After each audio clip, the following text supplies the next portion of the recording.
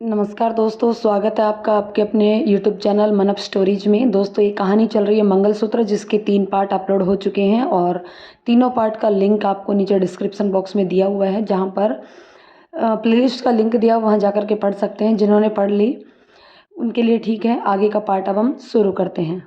विशाल के पास नरेश का फ़ोन आता है। नरेश कहता है, सर आप पुलिस स्टेशन आ जाइए, यहाँ पर वह कॉलेज का जो ओनर का मर्डर हुआ था ना, उसकी फैमिली में से कोई आया हुआ है। थोड़ी देर में विशाल पुलिस स्टेशन पहुंचता है और नरेश से कहता है, कौन आया है।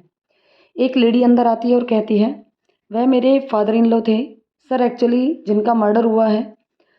सर, हम डैड के कमरे की सफाई कर रहे थे, जिसमें हमें एक पुराना एल्बम मिला जो शायद डैड के कॉलेज टाइम की स्नैप्स थी। सर, आप डैड के काफ़ी बाकी दोस्तों के बारे में पूछ रहे थे, इसलिए मैं यह एल्बम आपके पास लेकर आई हूँ। शायद इसमें आपको कोई काम की कोई चीज़ मिल जाए। विशाल कहता है, थैंक यू मैम। विशाल और नरेश उस एल्बम की हर एक फ़ोटो को अच्छे से देखते हैं। नरेश कहता है, सर यह तो काफ़ी पुरानी पिक्चर्स लग रही हैं, तभी कुछ फ़ोटोज़ में उन्हें जाने पहचाने चेहरे नज़र आते हैं। विशाल कहता है, नरेश पहचान सकता है यह कौन लोग हैं। नरेश कहता है, सर जिन लोगों की हत्या हुई है यह तो वही सब हैं। विशाल कहता है, इस एल्बम में उस शख्स की भी तस्वीर होगी जो बिल्कुल जल्द भगवान को प्यारा होने वाला है। अगर हमें मिल गया तो हम उसे बचाने की कोशिश करेंगे, वरना आगे वही होगा जब बाकी सबके साथ हुआ। विशाल कहता है, क्यों भाई। नरेश, अब हम तो कठपुतली हैं, जैसे ऊपर वाला नचा रहा है नाचते रहेंगे। काफ़ी पिक्चर्स देखने के बाद नरेश कहता है, सर मुझे नहीं लगता कि इसमें हमारे काम की कोई भी पिक्चर्स है। तो देख ली इनमें उन्हीं लोगों की तस्वीर जो ऊपर वाले के पास जा चुके हैं। विशाल भी लगभग हार मान चुका था, पर तभी उनकी नज़र एक तस्वीर पर आकर रुकती है। विशाल बार बार उस तस्वीर को देखता है और नरेश से कहता है, इस तस्वीर में जो आदमी है वह मुझे जाना पहचाना लग रहा है। दोनों गौर से उस तस्वीर को देखते हैं और एक साथ बोलते हैं, डीएसपी सर।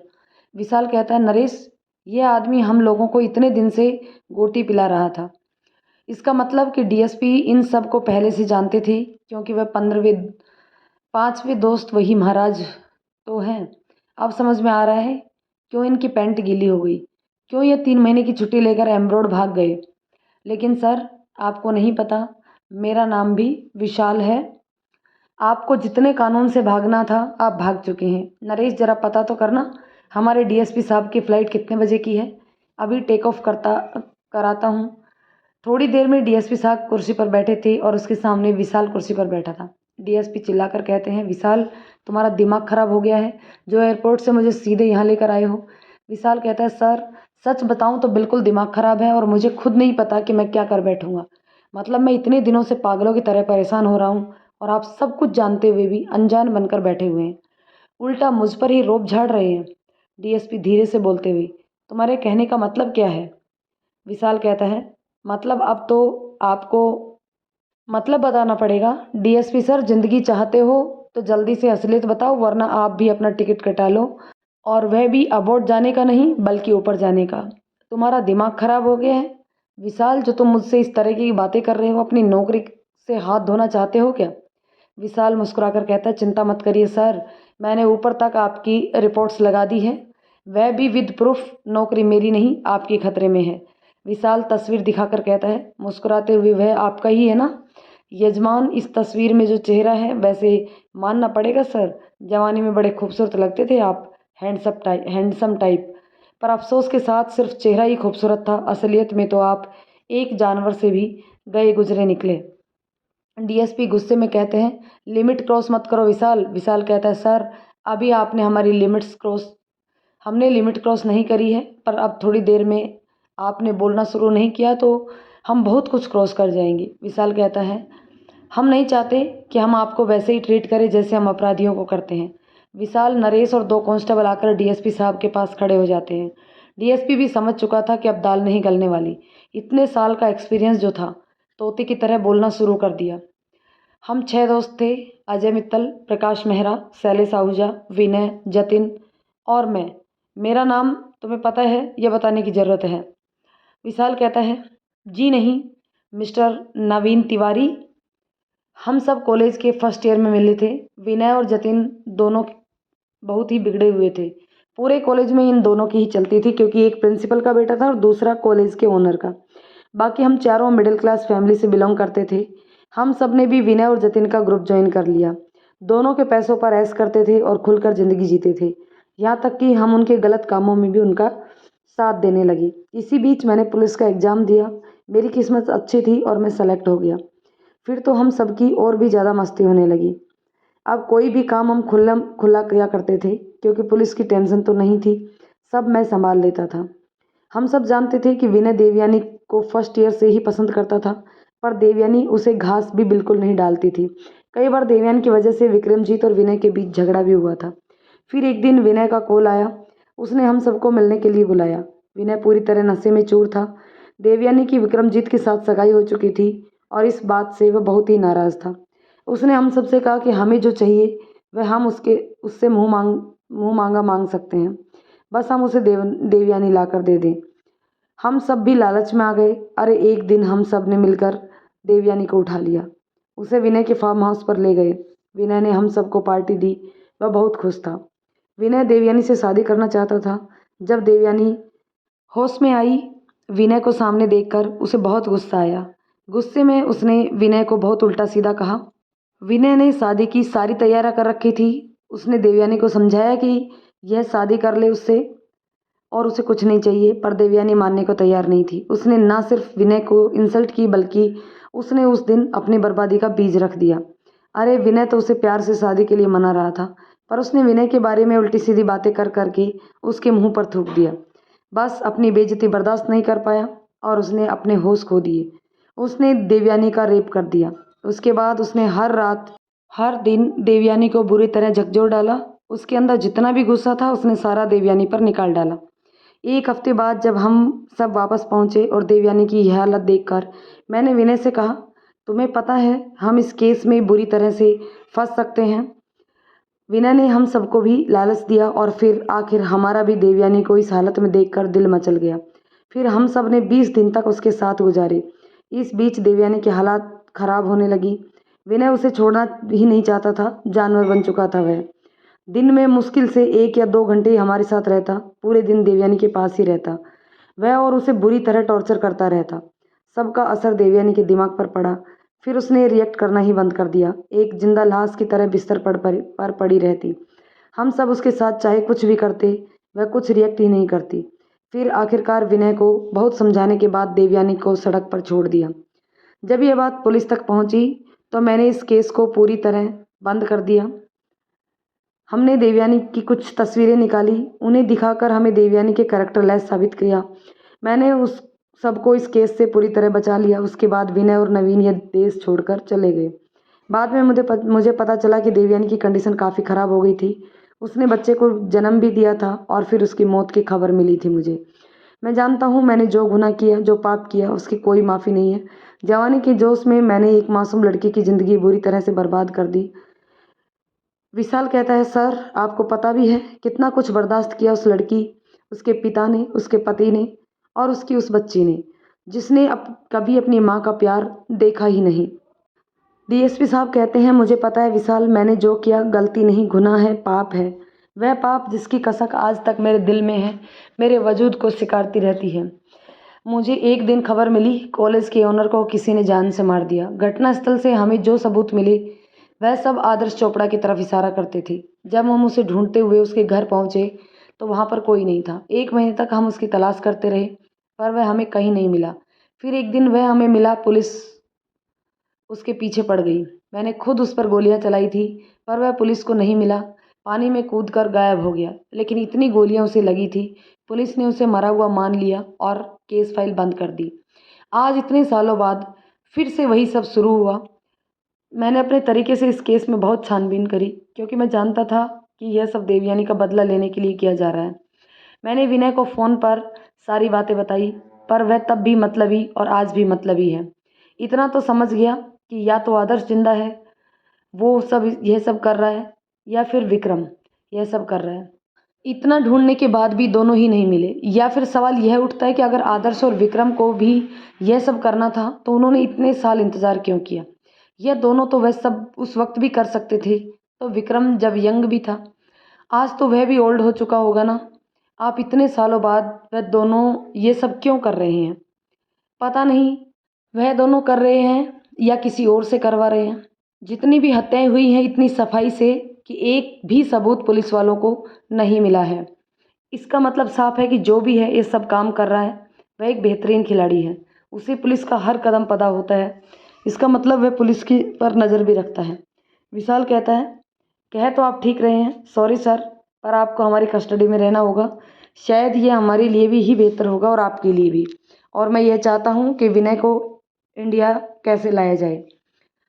हर गुनाह अपने पीछे कुछ निशान छोड़ जाता है। बहुत जल्द वो निशान हमारे हाथों में होंगे। वहीं शहर से बाहर कोठी में वह साया बुरी तरह चिल्ला रहा था, नहीं नहीं, यह नहीं हो सकता। डीएसपी मेरा शिकार है, चाहे पुलिस वाले उसे कितनी भी प्रोटेक्शन क्यों न दे दे, काल के पंजों से उसे नहीं बचा सकते।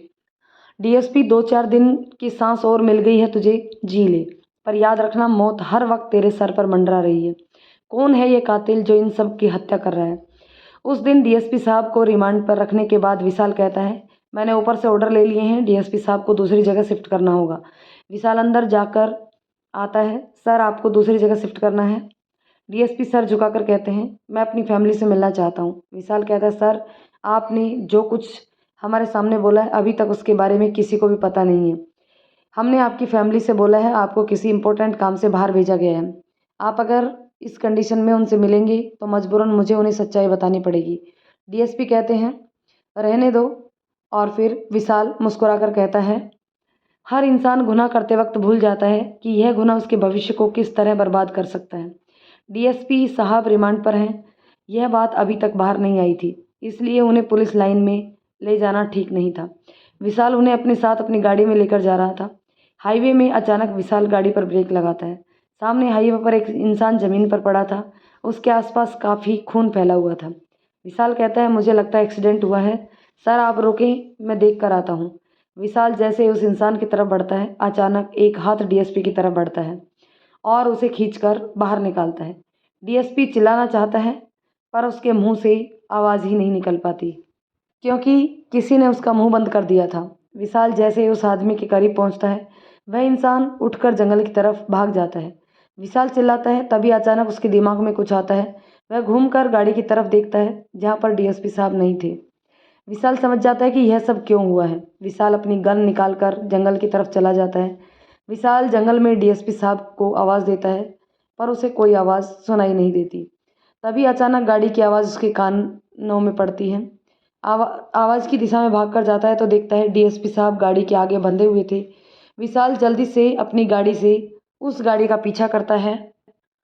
विशाल समझ जाता है कि यह गाड़ी खाई की तरफ जा रही है। विशाल तुरंत अपनी गाड़ी को दूसरी तरफ मोड़ देता है ताकि वह सामने से आकर इस गाड़ी को रोक सके। जैसे ही खाई करीब आने वाली होती है, गाड़ी के अंदर बैठा शख्स कहता है, गुड बाय डीएसपी। अंदर बैठा शख्स गाड़ी से कूद जाता है। डीएसपी को अपनी मौत बिल्कुल सामने दिख रही थी। गाड़ी जैसे ही खाई में गिरने वाली होती है, अचानक से विशाल की गाड़ी सामने आ जाती है, जिसकी वजह से डीएसपी तो गिरने से बच जाते हैं पर विशाल की गाड़ी खाई में नीचे लटक जाती है। गाड़ी में बहुत तेज़ विस्फोट होता है। तभी वहाँ पर पुलिस की टीम पहुँच जाती है। उन्हें विशाल ने पहले ही इन्फॉर्म कर दिया था। डीएसपी साहब को खोलकर सभी विशाल को ढूंढते हैं। गाड़ी की हालत देखकर नरेश सर पर हाथ रखकर कहता है, ये नहीं हो सकता। नरेश रोने लगता है और कहता है, विशाल सर, आप हम सबको इस तरह छोड़कर नहीं जा सकते। तभी नीचे से आवाज़ आती है, सारे तुम लोग चाहोगे तो भी मैं तुम्हें छोड़कर नहीं जाऊँगा। नरेश नीचे देखता है तो विशाल एक पेड़ की टहनी से लटका हुआ था। नरेश खुश होकर कहता है, सर आप जिंदा हो? विशाल कहता है, क्यों, तू चाहता है कि मैं मर जाऊं? अभी जल्दी से मुझे ऊपर निकाल। विशाल ऊपर आता है पर उसे काफ़ी चोट आई थी। नरेश कहता है, सर सबसे पहले आप हॉस्पिटल चलिए। विशाल डीएसपी साहब के पास जाकर कहता है, सर आप ठीक हैं? सर क्या आपने उसे देखा? कौन था वह? डीएसपी साहब काफ़ी घबराए हुए थे। विशाल से कहते हैं, मैंने उसका चेहरा नहीं देखा, वह जो कोई है चलती फिरती मौत है। विशाल घर आता है। जानकी जी उसकी हालत देखकर कहती है, भगवान मेरे बच्चे को क्यों, क्या हो गया? राघव जी कहते हैं, बेटा यह हुआ है। जानकी जी रोते हुए कहती है, पता नहीं हमारे घर की खुशियों को किसकी नज़र लग गई। 4 दिन से मेरी बच्ची गायब है और अब मेरे बेटे को इसकी ऐसी हालत। श्री बांके बिहारी सब कुछ ठीक कर देंगे तो मैं नंगे पैर तेरे दर्शन करने आऊँगी। राघव जी कहते हैं, श्रीमती जी ऐसा मत बोलिए जो आप कर ना पाएँ। जानकी जी कहती हैं, आपको क्या लगता है मैं ऐसा नहीं कर पाऊंगी? राघव जी कहते हैं ऐसी बात नहीं है श्रीमती जी, मुझे आप पर पूरा भरोसा है कि आप यह बिल्कुल नहीं कर पाएंगी। जानकी जी कहती हैं आप तो मुझे कुछ समझते ही नहीं हैं। राघव जी विशाल के पास आकर बैठकर कहते हैं बेटा तेरी माँ बोल रही है इससे पहले उन्होंने शिरडी जाने की मन्नत मांगी थी। काम पूरा हो जाने के बाद बाबा से हाथ जोड़कर माफ़ी मांग रही हैं। तबीयत ठीक होने के बाद आऊँगी। इससे पहले उन्होंने वैष्णो माता जाने की मन्नत मांगी थी। काम हो गया, यहीं से माता रानी को हाथ जोड़कर बेटे और बहू के साथ आऊँगी बोलकर काम तमाम कर दिया। अरे श्रीमती जी सिद्धि विनायक जाने में तो आपको दिक्कत होती है, इतने दूर दूर के निमंत्रण क्यों लेकर बैठती हो।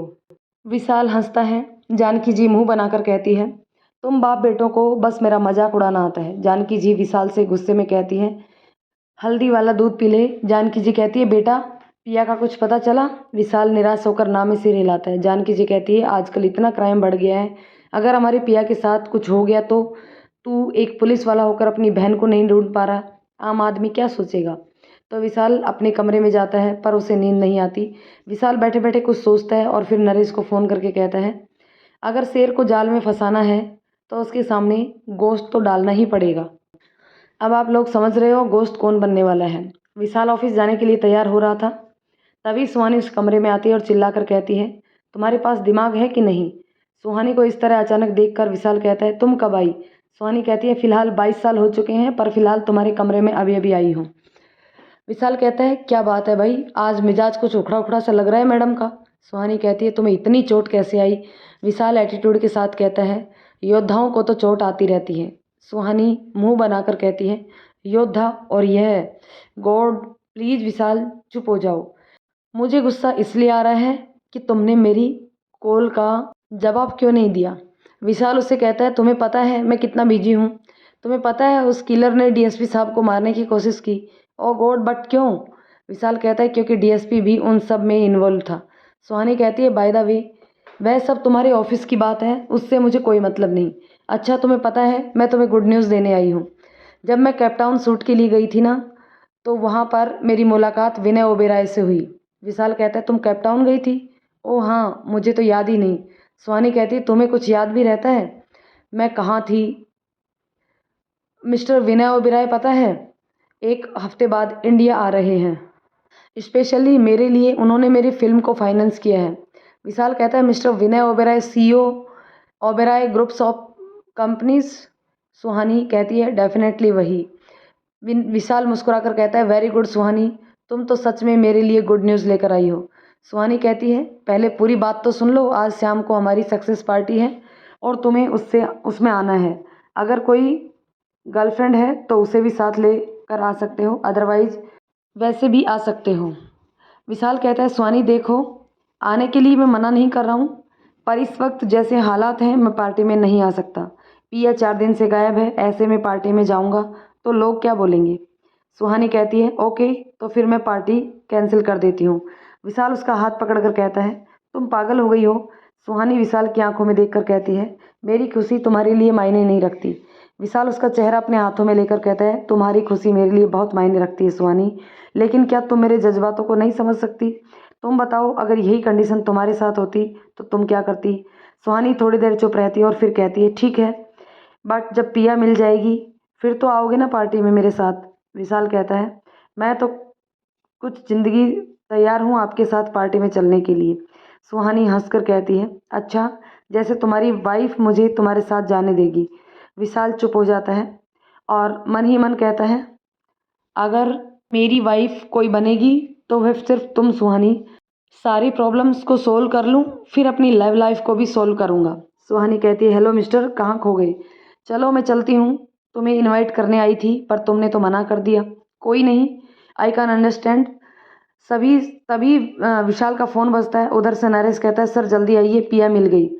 विशाल खुशी से दौड़ता हुआ पुलिस स्टेशन पहुंचता है। नरेश से कहता है कहाँ है मेरी पिया।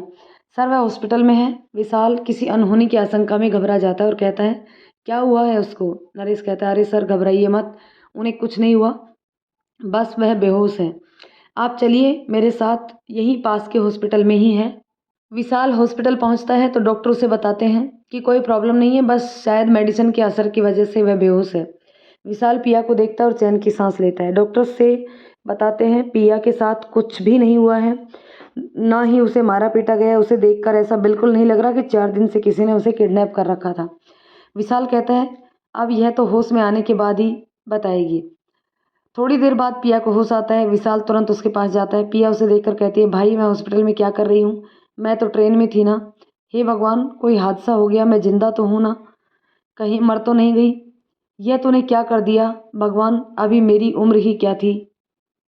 देखो यमराज के रूप में भी मुझे विशाल भैया दिखाई दे रहे हैं। विशाल उसके गाल पर धीरे से तमाचा लगाता है और कहता है नौटंकी, तू जिंदा है और मेरे सामने है। पिया जल्दी से विशाल के गले लगकर कहती है भाई इतना टाइम क्यों लगा दिया मुझे लेने आने में? पता है आपका मैसेज आया था कि आप मुझे एक स्टेशन पहले ही लेने आ रहे हो, इसलिए मैं उसी स्टेशन पर उतर जाऊं। पता है आपको पूरे 12 मिनट मैंने आपका वेट किया। विशाल कहता है पर बेटू मैंने तो तुम्हें कोई मैसेज नहीं किया, बल्कि मैं तो तुम्हें उसी स्टेशन पर लेने पहुंचा था जिसमें ट्रेन आने वाली थी, पर तुम तो आई नहीं। पिया कहती है भाई नहीं आई हूँ तो आपके सामने कैसे हूँ? विशाल कहता है पर बच्चे वो तो 4 दिन पहले की बात थी, तो 4 दिन से कहाँ थी तुम? तुझे पता है घर पर मम्मी पापा कितने परेशान हैं, 4 दिन से मैं कितना परेशान हूँ। पिया चौंकर कहती है 4 दिन? पर भाई मैं तो आज ही आने वाली थी ना। विशाल को कुछ समझ नहीं आता कि पिया क्या बोल रही है। डॉक्टर पिया की बात समझने की कोशिश करते हैं। थोड़ी देर बाद डॉक्टर विशाल से कहते हैं सर जिसने भी आपकी सिस्टर को किडनैप किया था उसने उन्हें कोई ऐसी मेडिसिन दी थी जिससे पिछले 4 दिन में उसके साथ क्या हुआ वह पूरी तरह भूल चुकी है। लेकिन सर हमने आपकी सिस्टर को पूरी तरह से एग्जामिन कर लिया, इसकी बॉडी में एक खरोच तक नहीं है, कोई सेक्सुअल असॉल्ट नहीं है, कोई फोर्सफुल मार्क्स नहीं है, यहाँ तक कि इन्हें कोई कमजोरी भी नहीं है। ऐसा लगता है जैसे इन्हें टाइम से खाना पीना सब कुछ मिलता है। काफ़ी अच्छा खाना, हेल्दी खाना खाती थी। विशाल कहता है कौन हो सकता है? पिया को परेशान देखकर विशाल कहता है बेटा तू परेशान मत हो, तेरा भाई सब पता कर लेगा। फिलहाल तो घर चल, तेरे मामा मामी बहुत परेशान हो रहे हैं। फाइनली पिया मिल गई, पर अभी भी कातिल विशाल की पहुंच से बहुत दूर है। क्या विशाल उन तक पहुंच पाएगा? विशाल पिया को घर लेकर आता है। जानकी जी उसे देखकर गले लगाकर कहती है मेरी बच्ची कहाँ चली गई थी? विशाल राघव जी को सारी बातें बताता है। राघव जी कहते हैं क्या लगता है बेटा कौन ले जा सकता है पिया को? विशाल कहता है पापा एक बात मेरे दिमाग में खटक रही है, अगर किसी ने पिया को किडनैप किया, उसने ना तो पिया के साथ जोर ज़बरदस्ती की, ना टॉर्चर किया, ना फिरौती की मांग की, आखिर उसने पिया को किडनैप क्यों किया? पिया विशाल के पास आकर कहती है भैया एक तो हम इतने दिनों बाद घर आए हैं, आप यहाँ पर मामा के पास मत बैठिए, भैया हमें बाहर घूमने जाना है। विशाल कहता है अभी अभी घर आई है, थोड़ा आराम कर, मैं तेरे को बाद में ले चलूँगा। नहीं हमें पता है आपकी बात कभी ख़त्म नहीं होती, अभी आप अपने ऑफिस में बिजी हो जाओगे। राघव जी कहते हैं जब वह बोल रहा है बेटा वह तेरे को घुमा देगा तो क्यों परेशान कर रही है? विशाल सोचता है पिया तो आ गई है, क्यों ना सुहानी के साथ पार्टी में जाया जाए, उसका मन भी रह जाएगा। विशाल शाम को सुहानी के घर पहुंचता है, उसे बिना बताए सरप्राइज देना। शांता उसे देखकर कहती है विशाल सर आपने सुहानी को बताया नहीं कि आप आने वाले हैं? विशाल कहता है उसे भी नहीं पता कि मैं आने वाला हूँ। वैसे सुहानी है कहाँ? शांता कहती है अपने रूम में तैयार हो रही है, आप बैठो मैं कुछ लेकर आती हूँ। विशाल कहता है जी नहीं मुझे कुछ नहीं चाहिए। तभी ऊपर कमरे से आवाज़ आती है विक्रम जी शांता को बुलाते हैं। शांता विशाल से कहती है सर आप बैठिए मैं थोड़ी देर में आती हूँ। विशाल बैठकर मैगजीन पढ़ रहा था, तभी सुहानी की आवाज़ आती है, शांता को बुला रही थी। विशाल सोचता है कोई ज़रूरी काम होगा, इसलिए वह सुहानी के कमरे की तरफ जाता है। कमरे का दरवाज़ा खुला था। विशाल धीरे से अंदर जाता है। सामने सुहानी रेडी हो रही थी। उसने पर्पल कलर का बहुत ही प्यारा सा गाउन पहना हुआ था। विशाल कुछ पल उसे देखता है। सुहानी कहती है शांता प्लीज़ जल्दी से आकर मेरी चैन बंद कर दो। विशाल धीरे से आगे बढ़ता है। सुहानी कहती है क्या कर रही हो, प्लीज़ बंद करो मुझे लेट हो रहा है। विशाल सुहानी को देखकर सब कुछ भूल जाता है। विशाल सुहानी को पीछे से जाकर कमर से खींचकर अपने करीब करता है। पहले तो सुहानी चौंक जाती है, पर जब उसे एहसास होता है कि यह विशाल है, सुहानी कहती है आप यहाँ पर कैसे? विशाल धीरे से उसकी चैन बंद करता है। उसके हाथों की छूंद से सुहानी अपनी आंखें बंद कर लेती है। विशाल कहता है पिया मिल गई। सुहानी उसकी तरफ पलट कर कहती है सच में? इसलिए मैंने सोचा कि क्यों ना आपके साथ पार्टी में जाया जाए। सुहानी खुश होकर कहती है मेरा दिल कह रहा था कि तुम जरूर आओगे। अच्छा अब मैं रेडी हो गई हूँ, चलो चलते हैं। विशाल कहता है अभी नहीं, कुछ कमी है। सुहानी खुद को आईने में देखती है और कहती है सब कुछ तो परफेक्ट है। विशाल उसके पास जाकर उसके बालों को खोल देता है और कहता है अब अच्छी लग रही हो सुहानी, अब चलें। दोनों पार्टी में पहुंचते हैं। सुहानी के साथ विशाल को देखकर सारे रिपोर्टर्स उससे सवाल पूछने लगते हैं। सुहानी विशाल के हाथों में अपने हाथ को फंसा कर कहती है he is my friend. Party में सभी सुहानी से कहते हैं तुम्हारा दोस्त तो काफ़ी हैंडसम है। सुहानी कहती है सुहानी चोपड़ा किसी अरे गहरे से दोस्ती करती भी नहीं है। विशाल की नज़रें तो विनय को ढूंढ रही थी, इसीलिए तो वह पार्टी में आया था। विशाल सुहानी से कहता है तुम्हारी फाइनेंसियर साहब अभी आए नहीं। सुहानी कहती है आ तो जाना चाहिए था। तभी सुहानी कहती है विशाल उधर देखो, वह हैं मिस्टर विनय। विशाल देखकर कहता है अच्छा तो यह है mister Vinay, most wanted person of Mumbai police. आप इंडिया आए तो अपनी मर्जी से हैं पर जाएंगे हमारी मर्जी से, और पता नहीं बेचारे जा भी पाएंगे या नहीं। सुहानी कहती है कहाँ खो गए तुम, चलो मैं तुम्हें उनसे मिलवाती हूँ। सुहानी विशाल को विनय के पास लेकर जाती है। विनय सुहानी को देखकर उसे गले लगाकर कहता है स्वीट हार्ट मैं कब से आपको ढूंढ रहा था। सुहानी को विनय का इस तरह गले लगाना विशाल को पसंद नहीं आता। सुहानी कहती है excuse me sir, meet my friend Vishal Singh from Mumbai police. Vishal का नाम सुनकर विनय एक नज़र विशाल की तरफ देखता है और मन में सोचता है तो यह है वही इंस्पेक्टर है जिसके बारे में नवीन ने मुझे बताया था। विशाल अपना हाथ विनय की तरफ बढ़ाता है और कहता है nice to meet you sir. अभी मिलना मिलाना तो चलता रहेगा। विनय आंखें सिकुड़ कर कहता है क्यों। विशाल कहता है भाई आप सुहानी की फिल्म को फाइनेंस कर रहे हैं, इंडिया आना जाना लगा रहेगा आपका। हालांकि उसका इशारा किसी और तरफ था। सुहानी विशाल का हाथ पकड़कर कहती है चलो हम भी डांस करते हैं। विशाल सुहानी का हाथ पकड़कर डांस फ्लोर की तरफ जाते हैं। विनय की निगाहें अभी सुहानी और विशाल पर ही थी। अपने मोबाइल से किसी को मैसेज करता है। विनय कहता है मिस्टर विशाल तुम्हें लगता है कि तुम मुझे इतनी आसानी से पकड़ सकते हो तो तुम बेवकूफ़ हो। मैं जिस तरह इंडिया आया हूँ उसी तरह यहाँ से चला भी जाऊँगा तुम सबके नाक के नीचे से, जैसे पहले गया था। आज के ज़माने में ऐसी कोई चीज़ नहीं जो पैसे से खरीदी ना जा सके। पैसा फेंको, एक नहीं हज़ारों तुम्हारे कदमों पर बिकने को तैयार हैं। सुहानी और विशाल एक दूसरे की आंखों में देखकर खोए हुए थे। फिर सुहानी अपने दोस्तों और अपने टीम वालों के साथ बिजी हो जाती है। विशाल फ़ोन पर नरेश को सारी बातें बताता है और आगे क्या करना है यह भी बताता है। विशाल विनय के करीब जाकर कहता है इतने सालों बाद आपको इंडिया आकर कैसा लग रहा है। विनय उसकी तरफ देखता है तो विशाल कहता है मुझे सुहानी ने ही बताया था कि आप 35 साल बाद इंडिया वापस आ रहे हैं, इसलिए मैंने आपसे पूछा। विनय तिरछी मुस्कान देकर कहता है आज भी यहाँ पर कुछ नहीं बदला। विशाल कहता है ढंग से देखिए सर, बहुत कुछ बदल गया है। विनय कहता है यहाँ पर पहले भी उतना ही क्राइम था, आज भी उतना ही क्राइम है, इसी वजह से मैं इस देश को छोड़कर गया था। विशाल मन में विनय को गालियाँ देते हुए कहता है साला हरामखोर, खुद ही क्रिमिनल है और दूसरों को क्राइम की परिभाषा समझा रहा है। विशाल झूठी मुस्कान लेकर कहता है बिल्कुल सही कह रहे हैं सर, क्या किया जाए। पुलिस तो अपने स्तर पर 100% काम करती है। वह क्या है ना सर कि बहुत सारे ऐसे अपराधी हैं जो भूतकाल में हो चुके हैं, जिनका रिजल्ट अब वर्तमान समय में मिल रहा है। अब इतनी पुरानी क्राइम की जड़ तक पहुंचने में वक्त तो लगेगा ही। जब हम पैदा भी नहीं हुए थे उस समय की बातों का पता लगाने में थोड़ा वक्त चाहिए। विनय विशाल से कहता है काफ़ी इंटेलिजेंट लगते हो। तारीफ़ के लिए शुक्रिया सर, कुछ वक्त हमारे साथ रहिए, आपको भी हमारी इंटेलिजेंस पर प्राउड होने लगेगा। तभी कुछ लोग वहाँ आ जाते हैं और विनय को अपने साथ ले जाते हैं। विशाल कहता है अभी के लिए तो जाइए, पर जिस दिन आप हमारी गिरफ्त में आएंगे तो उस दिन फरिश्ते भी आपको नहीं बचा पाएंगे। विशाल चारों तरफ नज़र घुमाकर कहता है सुहानी कहाँ गई।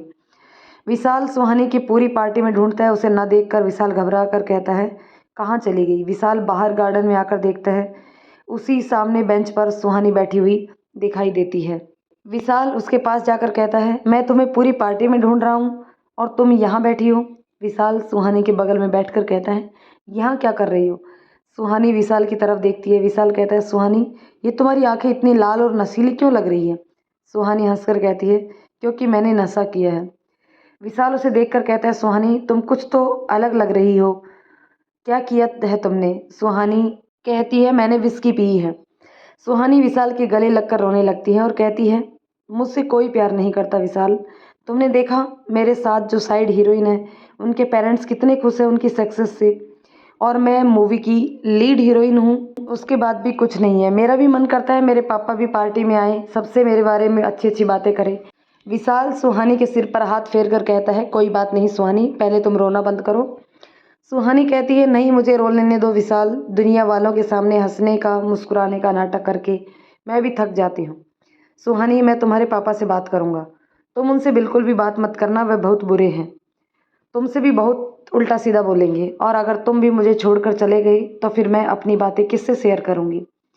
शांता ने एक बार पापा से बोला था, उन्होंने शांता को बहुत कुछ बोला, शांता काम छोड़कर भी चली गई थी, बहुत मनाने के बाद वापस आई। तुम उनसे बिल्कुल भी मत बोलना, वह बहुत बुरे हैं, इस दुनिया में ऐसा कोई नहीं है विशाल जिसे मेरी तकलीफ से असर होता हो, करोड़ों की मालकिन होने के बाद भी मैं बहुत गरीब हूँ। विशाल कहता है नहीं सुहानी, मैं हूँ ना, तुम्हें मुझे फ़र्क पड़ता है तुम्हारे दर्द से, तुम्हारी तकलीफ से, तुम्हारी उदासी से, तुम्हारे रूठने से, तुम्हारी खुशी होने से। सुहानी विशाल की तरफ देखकर कहती है सच में विशाल, तुम मुझे छोड़कर कभी नहीं जाओगे? बिल्कुल नहीं, अगर तुम चाहोगी तो भी नहीं। सुहानी विशाल के गाल पर किस करके कहती है तुम बहुत स्वीट हो। विशाल उसकी इस हरकत पर हैरान हो जाता है और कहता है सुहानी चलो अब मैं तुम्हें घर छोड़ देता हूँ। सुहानी कहती है नहीं, मैं कहीं नहीं जा रही हूँ। विशाल सुहानी को अपनी गोद में उठाता है और सबकी नज़रों से बचकर पीछे से पार्टी से बाहर निकल गाड़ी तक पहुँचता है। इतनी देर में सुहानी ने विशाल को बहुत परेशान कर रखा था। विशाल उसे गाड़ी में बिठाकर उसके मुंह पर उंगली रखकर कहता है बिल्कुल चुप। सुहानी बिल्कुल बच्चों की तरह उंगली रखकर कहती है बिल्कुल चुप हूँ मैं। विशाल उसकी सीट बेल्ट लगाता है, विशाल ड्राइव करता है और सुहानी विशाल की तरफ देखती है। विशाल कहता है सुहानी मुझे इस तरह क्यों देख रही हो? सुहानी कहती है आई लव यू। विशाल गाड़ी पर ब्रेक लगाता है और सुहानी को देखता है। सुहानी बार बार अपनी पलकें झपकाती है।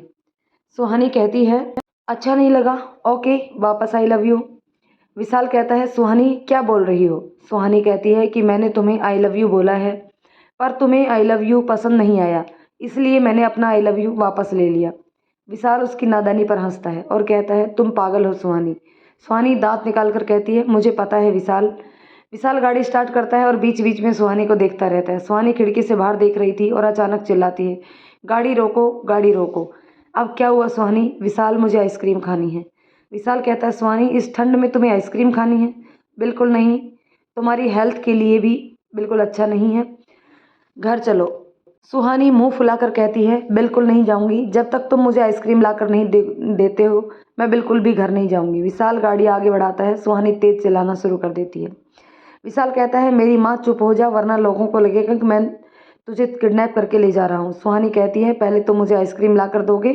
उसके बाद हार मानकर विशाल सुहानी को आइसक्रीम ला कर देता है। सुहानी कहती है सिर्फ एक, तुम नहीं खाओगे? विशाल कहता है नहीं, तुम जल्दी से ख़त्म करो। विशाल गाड़ी चलाता है। सुहानी बिल्कुल बच्चों की तरह आइसक्रीम खाती है। विशाल उसे देखकर मुस्कुरा कर कहता है बिल्कुल बच्ची है। विशाल देखता है कि सुहानी के होठों के पास आइसक्रीम लगी हुई थी। विशाल अपना हाथ बढ़ाकर उसके मुंह को साफ करता है। सुहानी उसका हाथ पकड़कर किस करके कहती है थैंक यू फॉर आइसक्रीम। विशाल कहता है यह लड़की एक ही दिन में कितने शौक देगी मुझे। तो दोस्तों इस पार्ट को यहीं ख़त्म करते हैं। ये कहानी विनीता सिंह द्वारा लिखी गई है, उन्हीं को डेडिकेटेड है। कहानी कैसी लगी कमेंट करके ज़रूर बताइएगा। पसंद आए तो लाइक शेयर करें, चैनल पर नए हैं तो चैनल को सब्सक्राइब जरूर कर लें। धन्यवाद दोस्तों।